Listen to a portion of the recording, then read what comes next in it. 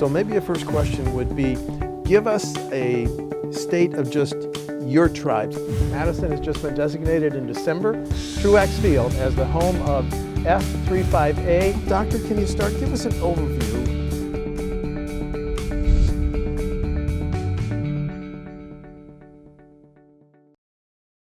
Wisconsin Senate Democrats just elected a new leader. State Senator Janet Bewley of Mason represents the 25th Senate District. And Senator, welcome back to WisconsinEye. It's good to be here. Thanks for having me, Steve. Your Mason is in Bayfield County. Mason, I looked it up, has a population of 90. So let's just say you're not super well known. So I'm going to ask you a 10,000-foot question. Ready? Okay. Why are you a Democrat? Oh, goodness, because it really matches the values of my community. We are people who live as neighbors. From the moment we wake up, we care about each other. We communicate well. We value the outdoors. We value making sure that our families have what they need, including a good education and healthcare. So, yeah, it's all what this place is about. Well, I've heard the term progressive Democrat, liberal Democrat. What's the difference? Which one are you? Well, I guess I'm a Northwoods Democrat, and I guess that would probably be the ability to accommodate all, but remain true to a path that includes us all. So if that means middle, then so be it, but it also means that you navigate the ruts and the grooves of the road as you go. There's a lot of different people with different outlooks up here, but again, we're united by some pretty solid and standard values of taking care of each other, which includes our environment and the well-being of all. Senate Democrats are in transition with 4 veterans leaving. Right. Why did you want to become the leader, and what are your goals, not just through November 3, but after that? Well, I think first of all, it's important to look at the fact that we have a transition because Senator Schilling is not choosing to run. She had been leader for a while, had kept us unified, and as she chooses this new path in her life, I think it's important that we maintain continuity because we're navigating through such interesting and very challenging waters. The last thing we need to do is turn the whole caucus upside down and turn it back up again and start over. We need to maintain some sort of consistent well, not necessarily consistent leadership, but a consistent viewpoint as we go forward so that we can focus on all of the changing dynamics going on. Since I was assistant, one could say from the outside, well, what about keeping your assistant and have he or her, she or him or whatever move into that spot?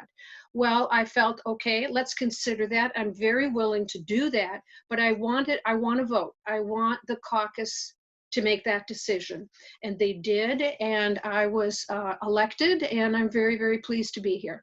How well known are you in Dana and Milwaukee County, which is the bedrock of votes for your party? Now, I'm well aware that Bayfield and Ashland and Douglas can go Democrat, but the heart of the Democratic turnout is Dana and Milwaukee. Right. Well, me as a legislator, I'm probably as well known as Senator Schilling was. I'm probably as well known as in my position as the existing leadership had been. And they'll know, people who know what a Democratic leader in the Senate is will know that it's now me. If they didn't know before, I don't know if I'm going to bring any new prominence to that role other than that it is a change and people will know that there's a new one. I hope that every day that goes by, more and more people understand the significance of state government in general and are looking at the kinds of policy decisions that we make. So let's hope that as days go by, people know what role we play more and more. I don't know if they're going to know more about it just because it's me, but I think that all of us in the caucus have that responsibility. Do you have an urban agenda for Milwaukee and Madison, Green Bay, and Racine and Kenosha? Well, my urban agenda is the agenda of my caucus, and I look to their leadership in Milwaukee, in Madison, in La Crosse, in Green Bay, and I look to what they have said, because consistently the people have been very pleased and they see those corresponding values in those senators. So I think it's very appropriate to be always informed by the senators that are already there and representing that policy.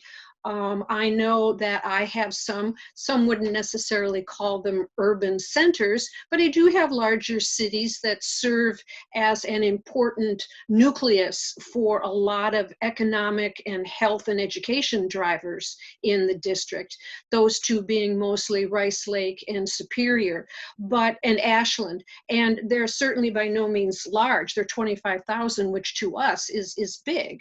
And so they have different dynamics. But again, I look to the caucus for those sorts of directions. The role of a leader in an election year: number one, find candidates; number two, raise money. Right. How far along are you? I mean, when I look at, do you have someone to run against Republican Senator Fyan and Teston, and Yes, in we the do. county district and in Olsen? Yes, Have you we got? do. Okay. Yes, we do. All right. And are these candidates that when you ask a candidate to run, well, and also in Romaine Quinn's district, what's your elevator speech? You should run as a Democrat in these districts Because it's your time now. We need Democratic leadership more than anything. And first of all, if these are people who are stepping up with the desire and the willingness to do the hard work, I look then at their values. Do their values really correspond to what I understand basic democratic principles to be, and the unique challenges in their districts? I want to know that they match their districts. Someone who'd be a good, strong Democrat in Sun Prairie might not necessarily be the right Democrat for Iron River. And they've got to match their district, they've got to have the basic democratic values, and they've got to be ready to work. Well, and when they say, how much money, Senate Democratic leader, can you raise for me? How do you answer? And how are you going about raising that money? Well, it's a matter of how much can you raise for yourself first. They have to be ready to go to the people in their district and get the money from them. And more than that, begin by getting their support, by getting their recognition as the right candidate. And the money would come from that. You've got to prove yourself first, and particularly for a lot of people who are going to make a difference more with small dollar contributions than the very, very large amounts of money that will come. Later on, if they have really demonstrated that hard work, I think people that typically support democratic causes might look to them and say, yeah, they are doing the work, I'm going to help out. Well, you've got to hold, let's say you're going to hold the Miller seats and the Risser seats, because those are just Democratic. You've got to hold Senator Schochner's, you've got to hold the Schillings, you've got to hold Hanson, and then you've got to play offense. Let's call the roll. Who is the Democrat going to run against Senator Fyan? Don't know yet. Senator Okay. Fyan, oh no, we do. I'm sorry, we do have a candidate for Fyan. Let's start with Teston. Please. Okay, let's start with Teston. We have a gentleman by the name of Paul Petrowski. Now, he came forth, he was invited to come, and he very quickly responded. He has had conversations with many of us in the Democratic Party, including his local party. He is from Stevens Point. He is a retired police officer. He had most recently been the clerk in the city of Stevens Point. He and his wife have had foster children over the years. He had been the community relations, the community resource officer in the schools. He is one of those people that's got the bona fides, and he's also got the willingness. He really wants to do this at his point in his life. His family is on board, and he's got a strong strong, strong base of support. Perfect candidate to run against Teston. So that's who we're very, very proud of for that seat. And then if you look at we've got Brad Paff in Senator Schilling's seat in La Crosse. We have John Hanson, who is running in Green Bay. Now that's for Senator Hanson's seat, but he's not held elective office. He's not very well known. He's a part of the county board in Green Bay. Thank you for the correction. Right, and so he is known, and he is known in Democratic circles somewhat, although we won't totally depend upon it. The name of Hanson means something, and it's not so much that he is going to be another Dave, but he's going to be another kind of Democrat that has those values that Hansons have had over time. And he will fight for the people of Green Bay, and we know that. So I think we're very confident with that candidate. And then, of course, there's Patty Shockner.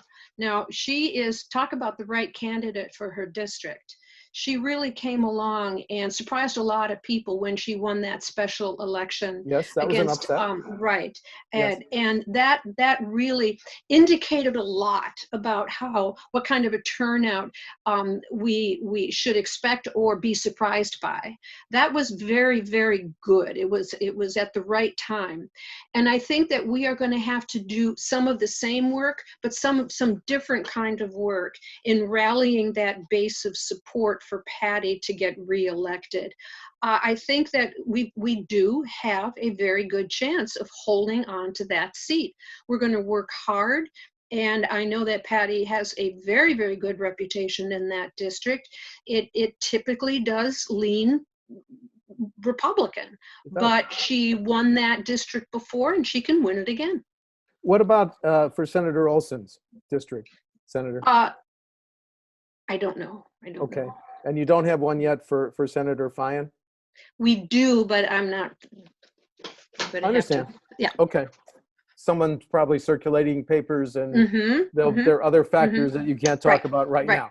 Right. Why is it a good year, number one, to run as a Democrat? Why is it a good year to number two, run as a woman and a Democrat? Well, for the women in our state and in our country, it is still a matter of gaining that position as holding up half of the world.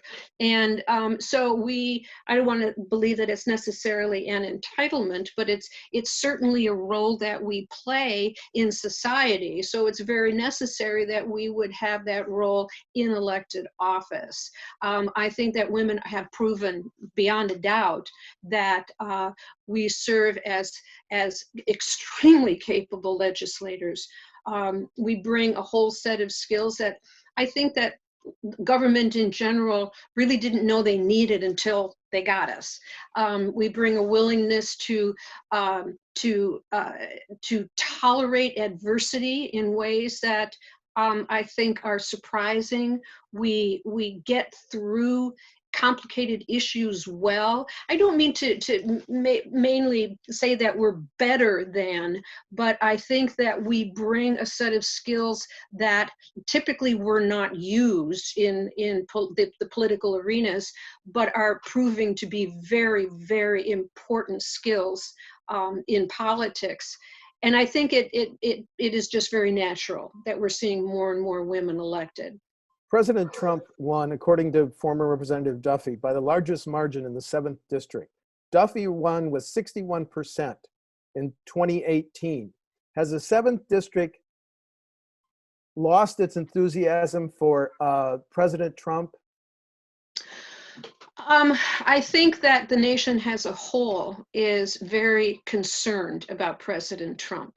I think that as every day goes by, they are finding less and less of the demonstrations of presidential integrity that we really, really need. Some will say, well, that doesn't matter, but I think that more and more people realize that integrity honesty and character do matter, because this is the United States of America. It matters. And I think that people are ready to be more demanding of the kind of willingness to be a statesman that the current leadership in the White House does not embrace. There's no true, there's not the dignity of the office like there needs to be for an international leader. And I think people value that. I think they're very proud of their country when they can be very proud of their president. I think people want that, and I hope that Democrats consistently prove that that is one of our values as well. Special election in the 7th, a week from tomorrow. Mr. Duffy held that for a number of years. The Democrat, Tricia Zunker, is she a underdog in that race? Do you expect her to pull an upset a week from I don't tomorrow? know if, I don't even know if phrases like underdog and upset are even useful at this point. Okay, First of all, we're dealing with a gerrymandered district. We're dealing with a district that has only had this particular makeup for 9 years. So it is new, and Duffy had it from that, from before. So I think that we've got to realize that it was created to lean Republican, but we can overcome that. And I think that Tricia Zunker is just the candidate to do it. She's very consistent, and she's very clear about what it is she values and what she wants to do. I think the thing about Duffy as a candidate and as a legislator was that there wasn't much there to see in terms of what he valued and what he accomplished. I think if we were to go to your neighbor and say, what has Duffy done? I don't know if anybody could say what he's done. All they know is that he's a Republican. That's not enough. You just can't win on that label alone. You've got to be a human being, a person that people identify and say, that's who that man is, or that's who that woman is. And without performance, they have nothing to judge. 4 years ago, were you Sanders or Biden? And if you were Sanders, are you now joining in the support of the former vice president? I don't think I was either Sanders or Biden back then.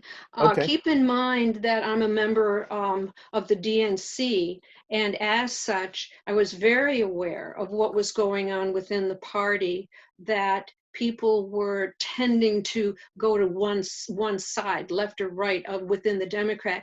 And I tried very hard not to stay at that level and go left or right, but go above and watch it.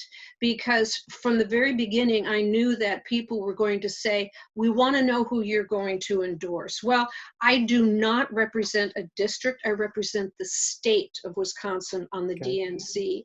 So I held out for quite a long time. And that is typically the way that I conduct myself as a Democrat, is that when I'm asked a question, I look at the venue within which they're asking me. If you are asking me, how does the entire state of Wisconsin feel about an issue from the Democratic perspective, it will be different than what I say about my district, because my district will have a slightly different take, a different orientation to those different values than would say someone from Madison. So I try to look at the scope, the area of what is considered a Democratic opinion before I answer. Looking backwards, why did President Trump win Wisconsin very narrowly in 2016, Senator? I think it was the national wave. I think it was the Trump had a consistent dog whistle that woke up a lot of people who hadn't heard a message before. They hadn't heard a unique message that called them, that they identified with. And I think that Trump was successful in doing that. I don't think we can discount that. I think that many of the people who have supported Trump have learned over this period of time that who he is as a human being, and the policies that he puts forth do not represent them. And I think that we are going to see that people are going to be far more careful, and they're going to explore deeper into the candidates than they did before, because they're not, I don't think they're going to make the same mistake twice. Okay, we're going to show a graphic now. You've had a very interesting history. You know, Northland I College have. Dean of Students, WIDA officer, original cast member for the Lake Superior Big Top Chautauqua, Ashland City Council. Which of these most prepared you for your current leadership role? I think it's the sum of them. I think that it's all of the different things. Again, you know, we're a big tent party, and as a human being, I've been lots of different things. I've been all over that tent. I've been a mom. I've been in a very, very hard scrabbled family that was lower middle class. I have gone to college and tried to put together the resources that could get me there. And then when I got into elected office and the job at WIDA, I realized that I like being able to understand people and find ways to truly represent them and the whole area at the same time. When I was Dean of Students, I saw so many first-time college students come into the college setting and find challenges that they truly needed help in overcoming, and then see them thrive. And I wanted to bring to all of the people of my district those things that will help them thrive, and they're all different. So You've also talked about taming a personal demon. Was that alcohol? oh yeah. Oh, Okay. sure. I mean, everybody has challenges in their life, and and I think I'm not any better a person as anyone else, but when it clicked in my head that this was a change I had to make for my well-being and for the well-being of my family, I got help, and being able to get that help has made all the difference. And it's been 26 years now. So that I automatically, I'm grateful every morning. And then every morning I try to help other people who are in similar positions, whether it's alcohol or drugs, whether it's mental illness or just extreme challenges that you truly don't think you can overcome by yourself. I try to get them the resources, the help, the compassion that they need. You're leading in a very interesting time with the COVID-19 health emergency, Senator. Has it divided us? And here's why I ask. I looked it up. 7 of the counties you represent have 25 positive and 2 deaths. And the whole state has 6,964 positives and I think 339 deaths. Are we beginning to divide, I mean, with the WMC plan to open up regionally? Do you see any merit? I know there's pressure in northern Wisconsin that may not be there in southeast Wisconsin. So talk to me about leading in a time of COVID-19.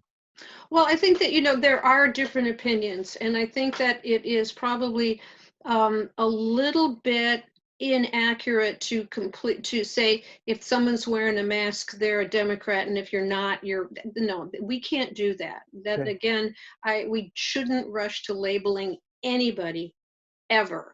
And if you were to go into stores in northern Wisconsin, there's a lot of people wearing masks. I You're mean, right. there's a lot of people. So, and then the other thing about there have been so many numbers of positives in northern Wisconsin. Number one, we are testing nowhere near what the rest of the state or the rest of the country is doing. So the That's true. numbers of cases might That's not true. really be an accurate indication.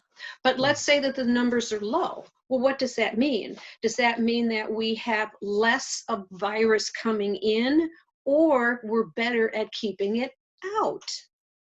We don't know. We just know that so far we have not had to suffer the surge that other areas have been. So some say it's working. Let's keep it up until this epidemic is done, particularly at a time when so many people from outside the area want to come to northern Wisconsin. So some would say, nope, this works. So let's still be very, very, very cautious. Other people say, well, it hasn't come, so let them come. So I can understand how people feel, and I understand how they can interpret the data in those two different ways. But I think that we have to be careful. I really, really do, because I go, and when I go to the drugstore, and I see so many plates from outside the state starting to come in, it makes me wonder, well, where have they been? Where are they coming from? What is the testing situation? What's the COVID situation? How careful has that community been? And how careful are they going to be in a place that they don't consider is their home? So you're very comfortable with the governor's extension of safer at home until May 26th, right, I Senator? am. Okay. I am. I am. Especially when you look at that, we are relaxing things, because just because the deadline is a fixed number doesn't mean that we can relax certain things before that deadline, which we are now doing. The state Okay. parks are open, for example. Yep. Just a couple more issues. You now have a working relationship with Senator Fitzgerald, a new working relationship. What are you asking? Do you want the Senate to come back to act on the 160 bills passed by the Assembly? Do you want them to come back and pass another COVID-19 package? So what's your request? What's your ask of Senator Fitzgerald for the next Senate action? Well, I think that, we have work left undone. That's very clear. The Republicans themselves have a set of a minimum of 8 bills that were passed in the Assembly that they would really love to bring over and get passed. And these are things that could have been unanimous in committee. They got through, and now they're ready to go, but they just were not taken up. So we could do those. There's also a desire, at least on the part of my side of the aisle, that we put some money into the COVID legislation. Whereas we passed a bill that would allow us to accept the federal money, we didn't put a penny of state money in. I mean, imagine that. Here, a pandemic in our state, and the state didn't pony up. Not a penny. We didn't add any money to it. And I think that's an indication of something that means that, we'll let the feds do it. We'll let businesses do it. We'll let nonprofits all chip in, but the state won't. And I think that we should. I really, really do. We can do it better, because the state we know what the small businesses are, how they operate, where they get their financing, and we can go in there and deliver help so much faster than these federal programs can. The PPP money ran out, and now we have to start all over. So I'd love to get some state money in. Now, whether or not we do that, I'm smart enough to know that there's very slim chance. We might go back and do the Assembly bills, but I don't think they're going to come back and put any money into COVID. I just don't. So, but we'll see. I'm willing to work. The Fiscal Bureau said that the governor pretty much controls 1.9 billion as part of the CARES, the federal response. Mm-hmm. Do you want some of that to go to northern Wisconsin tourism, where tourism is a $21 billion industry to Wisconsin in 2018? Should some of that 1.9 come north? I can make a strong case for that. As a matter of fact, the Secretary of Tourism requested somewhere between $3 and $5 million to go into tourism. And then also along with that, I think that the small business money could go into tourism related businesses, so that we can help them keep their feet on the ground. These are businesses that are struggling mightily. And so we need to get both tourism dollars and small business dollars and into this very important industry. And then I think there are other things that I would love to see distributed in a way that northern Wisconsin would get its share. I think our county health departments desperately need money. Our health clinics desperately need money. And no conversation from me could go by without saying we should accept our federal health care dollars and that have been allocated to Medicaid, that is just waiting there. I mean, that's just like manna from heaven that we refuse to take. So, but the COVID money, the 1.9, I think that we have some very, very good ideas from both Democrats and Republicans. So it's going to be a very interesting process to see how that money will eventually be allocated. Two final questions. Thanks for your time. Can your party win control of the Senate on November 3, Senator? We could. I mean, we've got the things in place that could make it happen. It's up to two very important things. One of them is how effectively is any candidate going to be able to get their message out in the COVID environment? And number two, what is the election going to look like? I mean, we've got the 7 CD coming up in a couple of weeks. We'll have the primary and then we'll have the general. And they could all be different. They could all function under different rules. I think we need to have a mail option. Some even say a complete mail. I think some people are going to want to take that, to choose to come and vote in person if they want to. I don't think they have to be forced to only do mail. But we've got to make we have to make the elections fair. We have to make them believable. We have to make them so that they have the confidence of the voting public that they were handled fairly and that this is an accurate measure of what the people feel. So it's going to be hard. It's going to be very hard. But yes, if we can satisfy those two things, we can win. Final question is a personal one. Given your love of acting, if you could play any role on Broadway, which one would it be? Oh my gosh, on Broadway. Yeah. Well, everybody wants to play Cosette. Everybody wants to play, in Les Mis, right? In Les Mis. That's the one that everybody wants. I'd be good. But I did play a role that I absolutely loved, and it was a snake handler. Snake handler. Snake handler. There was a play that was really a series of monologues, of vignettes, and I played a young teenager who inherited the job of being the snake handler in her church. And the monologue was about her taking the snake out of the basket, and yes, I had a live snake, and explaining to people why I was doing this, along with all of my absolute terror, combined with what I was told was supposed to be my absolute faith. It was brilliantly written, and it was one of the most complicated monologues I've ever done, and I absolutely loved it. I would love to do that one again. Well, on that note, thank you so much, Senator. You're very welcome. Janet Bewley is the new Democratic leader of Senate Democrats. She represents the 25th District. She's from Mason, and I want to thank you for your time, and we'll hopefully see you in the Capitol soon. Thank you. I hope so. Thank you, Steve. Thanks very much. This program is a production of WisconsinEye, an independent, nonpartisan, nonprofit media network with a mission to inform, educate, and engage the citizens of Wisconsin. WisconsinEye is the nation's first and only independently funded state civics broadcast network, providing gavel-to-gavel access to government proceedings and events at the state capitol.